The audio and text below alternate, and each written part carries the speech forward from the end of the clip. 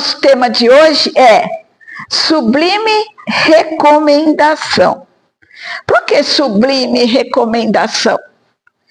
Recomendação é aquilo que você recomenda. Olha, vai devagar, ou então não passa na calçada de cá porque está cheio de buraco.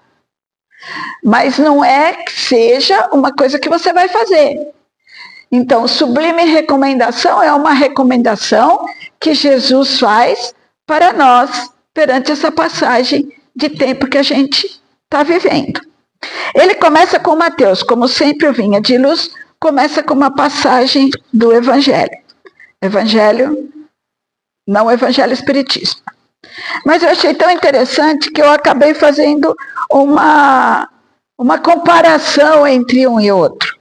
Porque é o seguinte, ele começa dizendo que Mateus 5,19 faz parte do famoso Sermão da Montanha, onde Jesus ensina sobre a lei e o reino dos céus. O versículo diz: aquele, pois, que violar um desses mandamentos, por menor que seja, e assim ensinar aos homens, será chamado de menor no reino dos céus. Aquele, porém, que cumprir e ensinar, será chamado grande do reino dos céus. O que tem de diferente entre o pequeno e o grande? Para você ser chamado o pequeno reino dos céus e o grande reino dos céus. No versículo ele fala, quando você ensina uma coisa para alguém, você é o pequeno reino dos céus. Agora, quando você faz uma coisa e ensina essa coisa, você é chamado o grande reino dos céus. Então, é a ação, é o ensinamento, mas com base naquilo que você fala, naquilo que você faz. Então, nem sempre a gente vem aqui, estuda e fala. Nem sempre a gente faz aquilo que a gente estudou e está falando. No nosso entendimento, a gente está procurando fazer, mas não quer dizer que a gente faça, certo? Mas desse provérbio, o que a gente tira? A gente tira que Jesus está explicando uma lei, né? Para que a gente possa cumpri-la. Ele ressalta a importância de obedecer até mesmo os mandamentos considerados pequenos, né? Não matarás, todos esses mandamentos que nós estamos falando aqui de Mateus, certo? Então, o ensino não é apenas sobre prática pessoal, mas também sobre a influência dos outros. Quem ensina a desobedecer será considerado menor, enquanto quem ensina a obedecer será grande. É o que ele estava falando. Você ensina, mas não faz, né? Então, não tem nada a ver. Uma coisa que você faz e ensina como você fez é a mesma coisa. Eu faço pão. Aí eu chamo a avó e falo, eu vou te ensinar a fazer pão. Aí eu ensino ela, mas eu sei fazer pão. Agora, eu não sei fazer pão, mas vou ensinar ela a fazer pão. Pelo que eu li, pelo que eu estudei, pelas matemáticas, mas eu não sei, nunca fiz. Então, você vai ensinar naquilo que está escrito. Não tem prática. Pode ser que dê certo, pode ser que não dê certo, né? Então, vamos fazer aqui uma pequena reflexão. O versículo nos lembra que cada detalhe é importante na vida espiritual.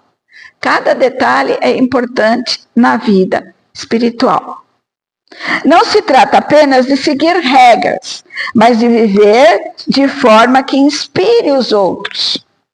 Muitas vezes, nossa, mas você é espírita, hein? Você está fazendo isso? Vocês já ouviram falar alguma coisa assim? Entendeu? Então, nem tudo que a gente faz Pode ser um contexto na sua vida, você está acostumado, você vai fazendo. A mesma coisa da carne na panela, que a menina fazia carne, botava na panela, cortava as beiradas e punha na panela. Aí a filha perguntou, mas mãe, por que você corta as beiradas da carne? Aí eu não sei, minha avó cortava, então vamos falar com a avó. Ô vó, por que você corta as beiradas da carne? Ah, porque não cabia na panela. Então, quer dizer, não precisava cortar as beiradas da carne, era só pegar uma panela maior, né? Então, quando uma coisa você vai fazendo por rotina, que é difícil, muito difícil você mudar uma rotina. Até hoje eu estou tentando mudar uma rotina e eu não consigo. Porque eu entro na minha cama, de joelho, e jogo o chinelo para trás, todo dia. Aí eu acordo de noite para ir no banheiro, cadê o chinelo? Aí eu penso, gente, a gente tem que mudar, vamos pensar, senta, tira o chinelo e deita. Mas eu nunca faço isso, porque se é uma rotina, eu tenho alguns anos, sei lá, uns anos poucos, eu faço isso até agora, entendeu? E agora eu quero mudar, tá difícil.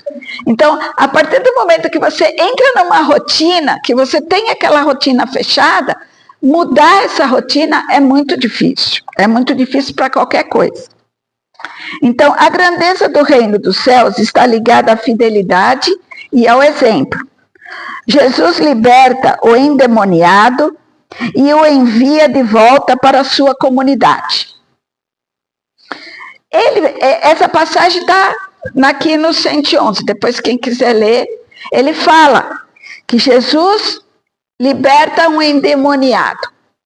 Esse endemoniado, na história, quer seguir Jesus. Esse que foi liberto do demônio, ele quer seguir Jesus. Ele fala, não, eu vou seguir o Senhor me curou, o Senhor me libertou, então eu vou seguir o Senhor para ajudar o Senhor a libertar de outras pessoas. E Jesus fala, não quero que você vá comigo, eu quero que você vá para a sua casa e conte o que eu fiz com você. Entendeu? Ele queria que ele mostrasse para as pessoas que aquilo era possível, para divulgar. Entendeu? Então, não para seguir ele, mas para fazer um relato. É a mesma coisa quando a gente vai, eu nunca fui, mas nesse culto da igreja evangélica, que eles dão testemunho das suas mudanças. Eles vão na frente e contam como que você mudou, o que você mudou. E é um exercício muito bom de a gente fazer, porque a gente tem que pensar, a gente está na doutrina espírita, eu, por exemplo, estou na doutrina espírita há muitos anos. O que isso fez na minha vida? Também me curou, porque eu era uma pessoa adoentada. Fui para a doutrina espírita, na Federação Paulista, e fui andando, e fui indo, fui em vários lugares, melhorei, me curei. Mas o que mais mudou na minha vida com a doutrina espírita? Né? A gente tem que pensar, a gente presta atenção nas coisas para ser grata de tudo aquilo que a gente tem. A gente tenta ajudar alguém que está perto de você, está passando na rua, a pessoa está precisando, você vai lá e ajuda. No que te mudou? Não só nas coisas pequenas, mas nas coisas grandes, né? Como você vê a vida hoje? Você tem um propósito para a sua vida? Você sabe o que você está fazendo? Você sabe para onde você vai? Você sabe o que você quer? Então, tudo isso é para a gente se questionando, para ver o quanto a gente conseguiu mudar com todo o nosso conhecimento, porque a gente amealha muito conhecimento. Então a mensagem é testemunhar aos seus o que Deus fez, proclamando a misericórdia recebida. A fé vivida como testemunho prático, não apenas como experiência íntima. Aí eu peguei o Livro dos Espíritos para a gente poder fazer uma comparação. No Livro dos Espíritos, Allan Kardec sistematiza a doutrina espírita. mostrando que a fé deve ser raciocinada e ativa. Afirma que a fé sem ação é uma fé morta. Se você tem fé numa coisa, mas não vai atrás, não faz, não acontece, gente. Né? Tem que ter ação.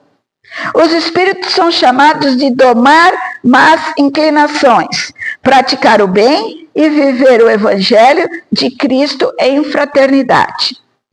Então dá uma ênfase. A fé como prática transformadora que se manifesta em obras e em exemplos morais. Agora vamos ver. O Mateus é do Evangelho Cristão. E nós temos o Livro dos Espíritos, que é da doutrina espírita. O que Mateus fala? É um testemunho pessoal da misericórdia. E o que o Livro dos Espíritos fala? Fé raciocinada e ação moral. O que isso tem em comum? Um testemunho pessoal da misericórdia. Você chegar e falar, Jesus passou aqui e me curou. E outra é uma fé raciocinada e uma ação moral. Porque muitas vezes você, com a sua atitude, você mostra para o outro o que está melhorando. O que você está fazendo que você está melhorando. Você não precisa chegar e dar um testemunho. Só das suas ações você fala daquilo que está melhorando.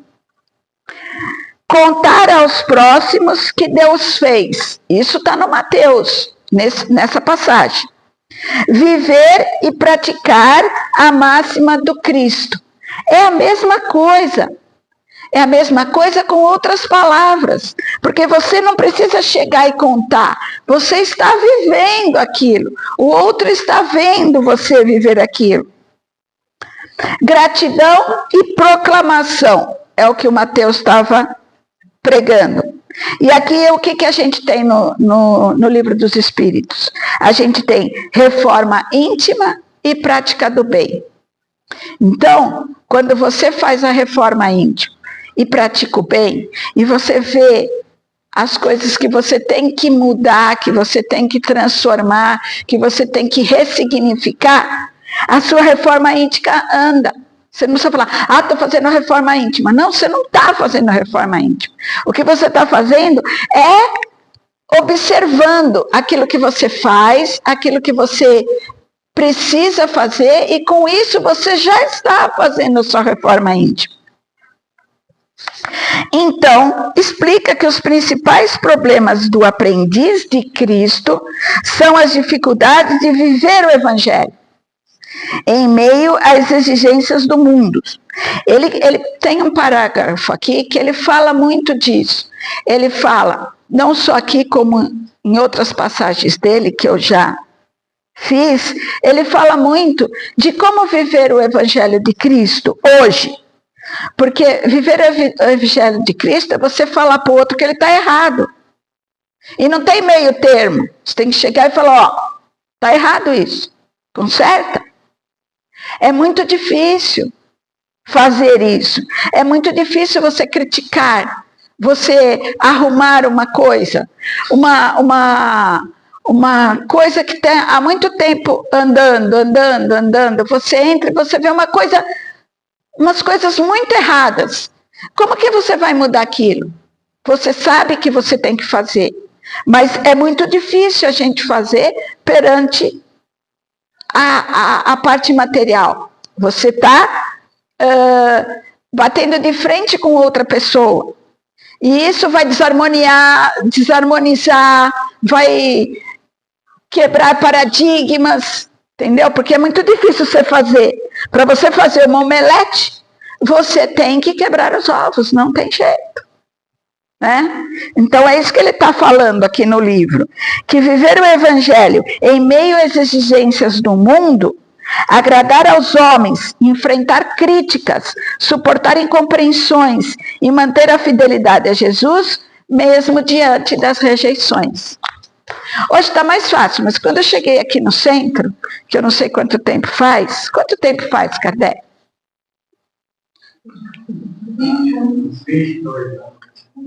Então, quando eu entrei aqui no centro, as pessoas não passavam na porta. As pessoas atravessavam a rua. Se via a porta aberta, então, nem subia a rua, já ia embora. E a porta era aqui, direto para o povo dele. Nós construímos o prédio, vamos deixar aqui direto para o povo, nada para o povo passar e ver. Você fazia parte dessa turma, então? A Deus é vazia, ela não lembra do espinho, ela não dava a volta. Então, para você ver, a gente sofreu muita rejeição. Hoje em dia, por exemplo, você chega e fala, eu sou espírita, está mais aceitável. Em São Paulo, não, eu era espírita, eu ia na federação, eu ia num monte de lugar espírita, tudo bem, mas aqui, se você falasse que era espírita, você era marginalizado, ninguém falava com você, porque você é espírita. Eu já sou classificada como meia louca. Espírita, então, eu sou louca inteira, entendeu? Então, a gente tinha que estar meio que na corda bamba. Então, o que acontece? A rejeição vem forte para a gente que trabalha na seara de Jesus, né? Vem pesada. Agradar o mundo sem agradar a Deus, a Cristo, de que te adianta? Entendeu? Nós estamos passando uma fase do nosso tempo que é muito pequeno. Isso aqui não é um piscar de olhos que nós estamos aqui aprendendo. Quando a gente for lá para cima, que a gente vê o quão é grande, eu espero, né, que a gente tenha esse discernimento, a gente vai ver que isso aqui não é nada, que a gente podia ter feito muito mais, sem medo, né? Os discípulos enfrentam o dilema de querer aceitação social, mas precisa escolher agradar a Deus. Emmanuel afirma que agradar aos homens muitas vezes significa desagradar a Cristo. Então, essa é uma passagem que não está só nesse capítulo. Em muitos outros capítulos que a gente estuda para fazer palestra, tem esse contexto pequeno, mas tem. Aqui ele pôs maior, né? Por causa da passagem de Mateus. Então, o aprendiz sincero será visto como diferente e sofrerá julgamento. Emmanuel lembra que o mundo valoriza aparências e interesses imediatos, enquanto o Evangelho pede renúncia e humildade. O verdadeiro problema não é conquistar aplausos, mas manter a consciência limpa diante de Deus. Emmanuel aconselha que o aprendiz se preocupe mais com seus deveres espirituais do que com opções humanas. Então, muitas vezes, a gente deixa passar alguma coisa por causa de coisas que a gente tem que fazer, e aí a gente fica se perguntando, eu precisava? Era assim que tinha que ser? E eu penso assim, a gente não tem que ser carola, porque é muito chato a pessoa carola, que entra numa festa e começa a falar, eu sou médium, estou vendo não sei o quê, estou fazendo isso, eu estou não sei o quê. É muito chato as pessoas serem assim.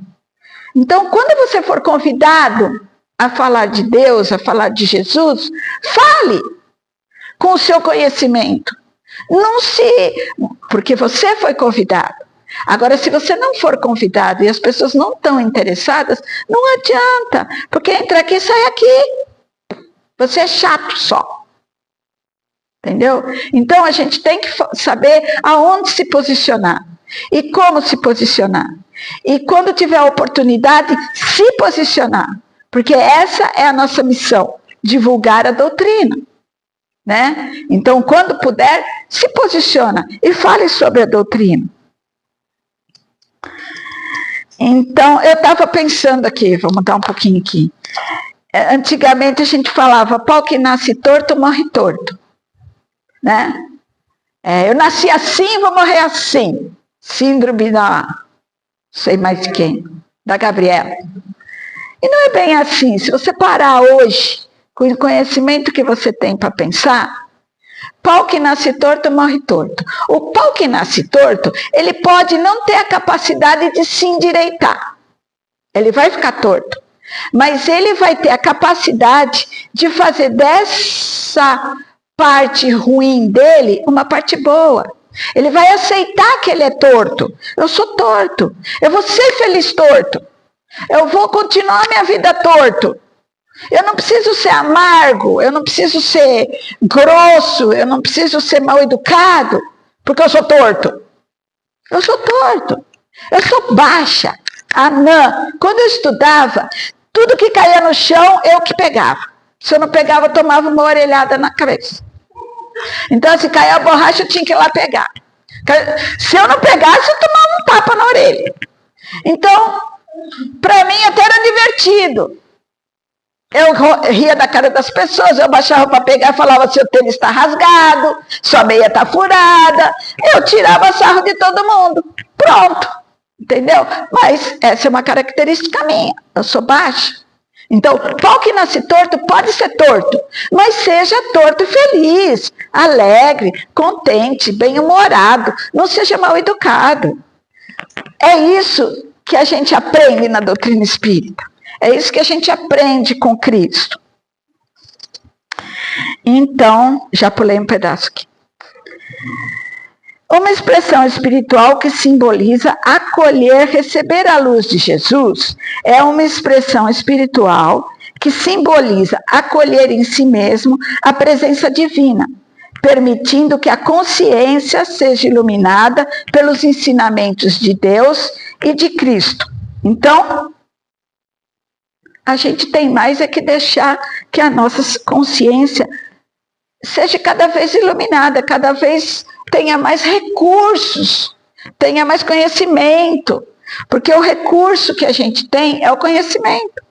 A gente tem que exercer o nosso livre-arbítrio. Na posição que a gente está hoje, na parte do mundo que a gente está hoje, a gente exerce o nosso livre-arbítrio. E para a gente exercer bem o nosso livre-arbítrio, o que a gente precisa? A gente tem que ter parâmetros. É igual um engenheiro. O engenheiro tem que saber quanto pode pôr de telhado naquela parede, se esse ferro é fraco, se essa telha vai voar. E para isso ele tem que ter conhecimento, ele tem que estudar, ele tem que fazer de tudo para que isso não aconteça. Porque se acontecer, vai dar um BO para ele lascado. Certo? E para a gente está aprendendo a doutrina espírita. Então, muita coisa a gente já sabe. A gente já tem consciência. E se a gente não faz, o BO não dá agora. Mas pode dar amanhã, depois, noutra encarnação, a gente não sabe. Então, é bom a gente começar a prestar atenção agora. Então, a iluminação que a gente recebe, a luz do Senhor, representa clareza espiritual. Quando a pessoa passa a enxergar a vida com mais amor, fé e esperança, a iluminação está dentro da gente. Não somos todos irmãos? Por que somos todos irmãos? Porque temos a centelha de Deus dentro de nós. Somos todos filhos de Deus. Filhos de Deus na centelha, nas ferramentas, nas faculdades que Ele nos deu. É por isso que somos todos irmãos. Não é porque todo mundo tem a mesma mãe, o mesmo pai, não. Somos irmãos na experiência, na iluminação em que Jesus nos deu, nas faculdades. A transformação moral, receber a luz, é deixar que os valores do Evangelho guiem atitudes, escolhas, pensamentos, afastando das sombras do egoísmo, do orgulho e da vaidade. Então, quando você está numa fase boa da vida, você está emanando luz.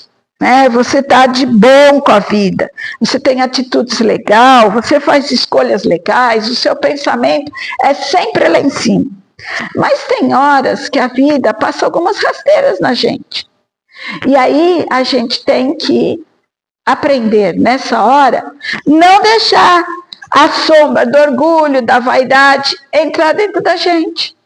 A gente não pode A gente tem que deixar o nosso coração aberto para as atitudes e bons pensamentos, para as escolhas de forma aceitável, pelo menos aceitável, porque quando a gente está nervoso, com muito serviço, muita gente chamando, telefone tocando e coisa para fazer até o pescoço, você acaba chutando o vizinho, certo? O cachorro, o balde que está ali, e isso não é legal. Então, se você está com muita coisa para fazer, dê graças a Deus, porque você tem muita coisa para fazer. É triste a gente não ter o que fazer. É triste a gente saber que vai acordar. O que eu vou fazer hoje? Né? Estou muito rápida? Não, tá bom, né? Vocês não estão dormindo não, né? Se vocês quiserem, eu jogo água. Força e consolo.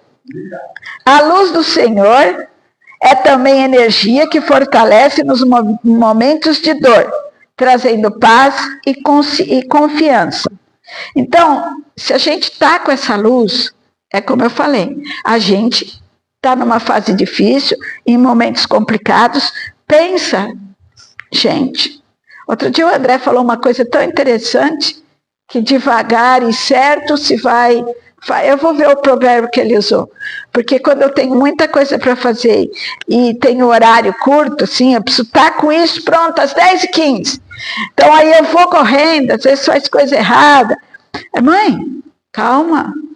Mas filho, 10h15. Tá, 10h15, mas é melhor 10h15 bem feito do que 10h15 mal feito. Então, muitas vezes a gente realmente corre para fazer as coisas e acaba fazendo mal feita, não prestando atenção, né? Então, assim como a luz afasta a escuridão, receber a luz divina significa encontrar orientação para seguir o caminho certo, mesmo em meio às dificuldades. Então, quando a gente está sem luz, a gente está perdido. Não só perdido, a gente está magoado, a gente está sofrendo, a gente está com a consciência pesada por alguma coisa que a gente fez, a gente está preocupado com as coisas materiais, com dinheiro, que não sei o quê. Mas a gente tem que lembrar, porque a gente tem a luz de Deus, a gente tem a luz do Senhor.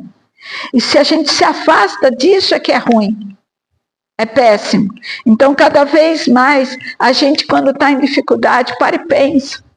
Eu tenho a luz do Senhor. Vamos dizer, a solução do problema vai aparecer. É só eu ter calma e prestar atenção. Porque a solução está ali do lado. É só a gente querer enxergar. Então, em resumo, receber a luz do Senhor significa abrir-se para a presença divina, permitindo que ela ilumine, transforme e fortaleça a nossa vida. Deixa eu ver aqui o último parágrafo. Aqui, ó. Ele fala aqui que saber não é tudo, é necessário fazer. Eu sei muitas coisas, mas não faço, não sei nada. E para bem fazer, homem algum dispensará a calma e a serenidade, imprescindíveis ao êxito. Nem desdenhará a cooperação, que é uma companheira dileta do amor. Então, se a gente sabe o que fazer, faz. Não fica dando voltinha. Como o Armando fala, se a gente soubesse o que fazer, a gente não precisava ter livre-arbítrio.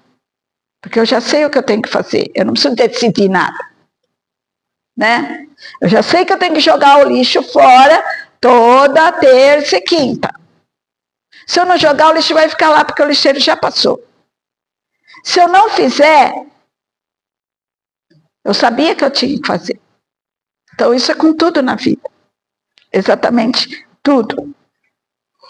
Então, enfatizando o testemunho pessoal da misericórdia de Deus, enquanto livro dos Espíritos, Destaca que a fé verdadeira deve ser traduzida em ação e transformação moral. Ambos convergem da ideia de que a experiência espiritual não é apenas individual, mas deve ser compartilhada e vivida em benefício dos outros. Ele começa falando: não quero que você me segue. Vá e compartilhe com todos que eu te curei. Então, tudo que a gente faz, tudo que a gente está fazendo, a gente tem que compartilhar para que todo mundo saiba que aquilo é possível, todo mundo pode fazer. A mesma coisa é fazer, mas você vê as coisas.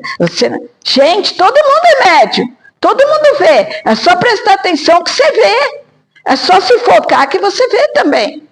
Então, todo mundo pode, todo mundo tem consciência, todo mundo tem pensamento, todo mundo tem todas as ferramentas de todas as pessoas. É só cada um desenvolver aquilo que precisa nessa encarnação. Então, é isso que está escrito aqui. Mas se vocês quiserem ler, ou se vocês... É 111. Dá tempo de eu ler. Eu sou meio ruim na leitura, mas... Eminentemente expressiva a palavra de Jesus ao endemoniado que recupera o equilíbrio ao toque do seu divino amor. Aquele doente que após a cura se sentia atormentado de incompreensão, roga ao Senhor que permitisse demorar ao seu lado, que gozasse da sublime companhia.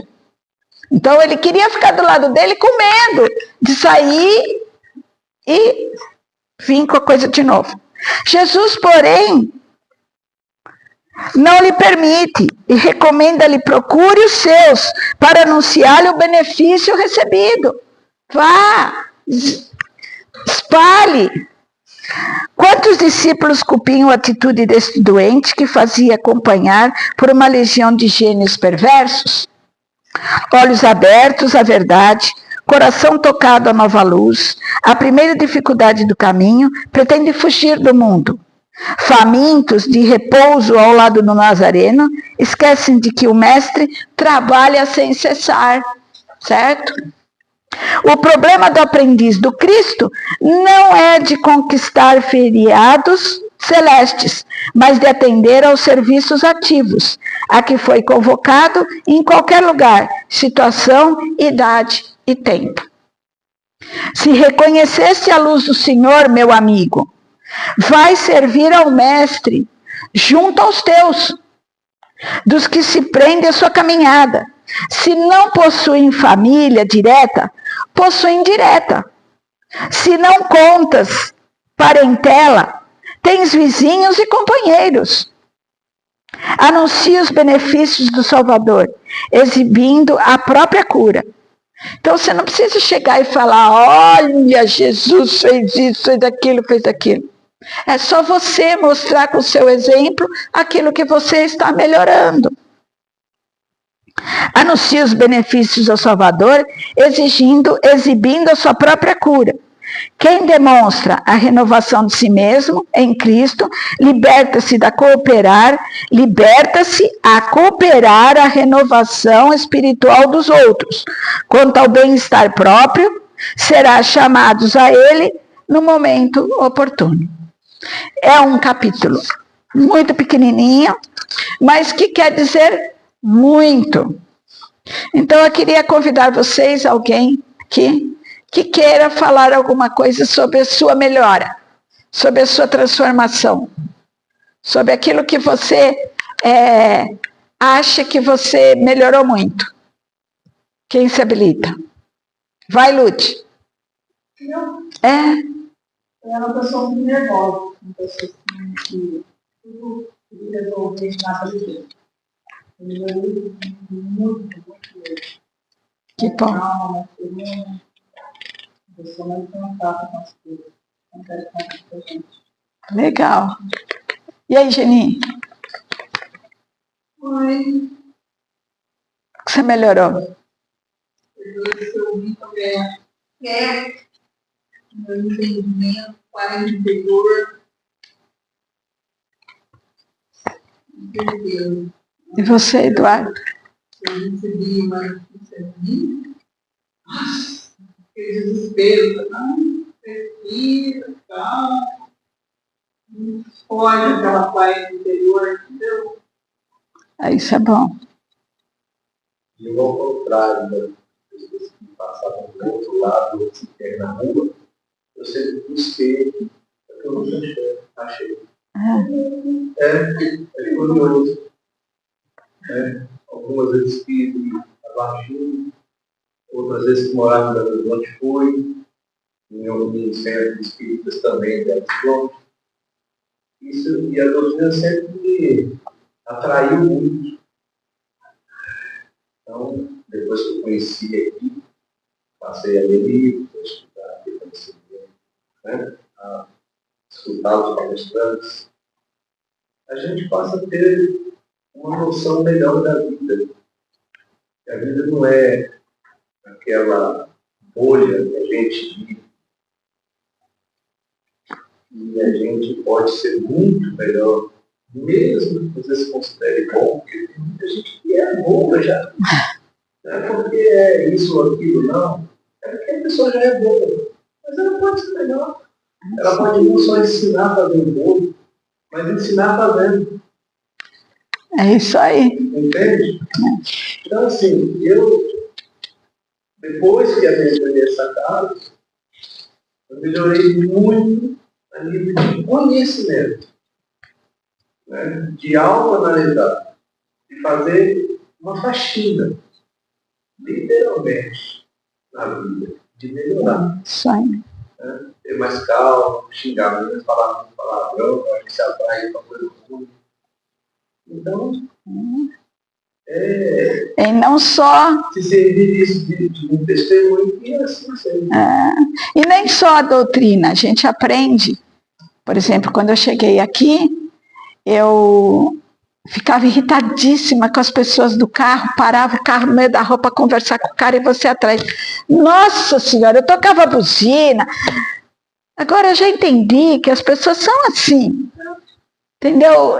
Ainda são assim. E o que eu posso fazer? Eu não mudo ninguém. Eu não me mudo, eu não consigo me mudar, vou mudar o outro que está lá conversando com o cara do lado. A mãe queria matar um vizinho dela que criava coelho. Nossa! O cara criava coelho, um parente do Kardec, ali na rua. Era um fedor, mas um fedor. Eu falei, gente, cadê a vigilância sanitária dessa cidade? As vacas andando na rua. Um dia eu acordei, tinha vaca dentro do jardim. Eu falei, gente, mas aí você vai entendendo, você mora numa cidade pequena que tem vaca, que tem coelho, que tem galinha. E tem gente parando na rua. E tem gente parando na rua para conversar e não...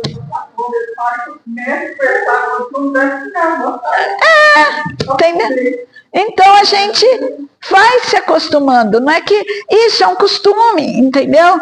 Mas a gente vai entendendo o outro, a gente vai compreendendo o outro. Você sabe por que o outro faz aquilo, por que não faz aquilo. Então isso é um crescimento. É um avanço gigante. Sim. E aí, Valso, tem alguma coisa para falar? Nós temos mais. O tempo que eu estou aqui já tem 18 anos. E assim, a gente sente que a gente, nossa, tem muito que trabalhar dentro da gente ainda, né? As imperfeições, as coisas que a gente vai aprendendo com a doutrina, a gente vê que não é legal. Então, assim, são muitos desafios. Mas eu sinto que eu estou começando a melhorar porque a gente está. Porque também tem pessoa estourada, tem paciência, às vezes uma contrariedade que já começa a falar alto, já começa a gritar, já demora um pouquinho mais para chegar nesse ano, antes era um papo. O pavio está ficando mais longo. Está ficando um pouquinho, começando. É isso aí. Ainda dá uma derrapada ainda, aí a gente volta. É isso aí. Não, isso é muito bom, a gente poder notar as nossas diferenças, né? O que é meio complicado, a gente nunca se nota, né? A gente nota o outro, mas a gente nunca se nota, né? Eu faço isso também, será? Ai, que coisa horrível! Né? Alguém quer falar mais alguma coisa? Carlinhos, quer dar algum testemunho? Não? E você, Armando? Se vai dar para cima, eu vou para a igreja. Você vai pro como é que chama? Mas é isso aí, gente. A nossa vida é um caminhar de experiências, de conhecimento, e de erros, de acertos, e a gente lembrar que toda vez que a gente tiver um problema, a gente pode entrar para dentro da gente, procurar aquela luzinha que está lá, que Deus com certeza botou para todo mundo, e resolver os problemas, né? Porque é isso que nós fazemos aqui, nós estamos num mundo de expiações e provas, a gente espia e prova, então a gente está espiando, aí vem a prova, às vezes a gente não espiou bem, então a prova fica difícil, aí a gente repete, vai para a próxima expiação. Mas esse é o nosso caminho, esse é o nosso trilhar, né? Muito obrigada a todos, foi muito bom esse exercício para mim mesma, porque muitas vezes a gente é meio afoito para as coisas, né? Então, quando eu fico com muita coisa para fazer, eu fico muito nervosa, então preciso ter muitas coisas para fazer e ficar calma, mas tá bom, é isso aí.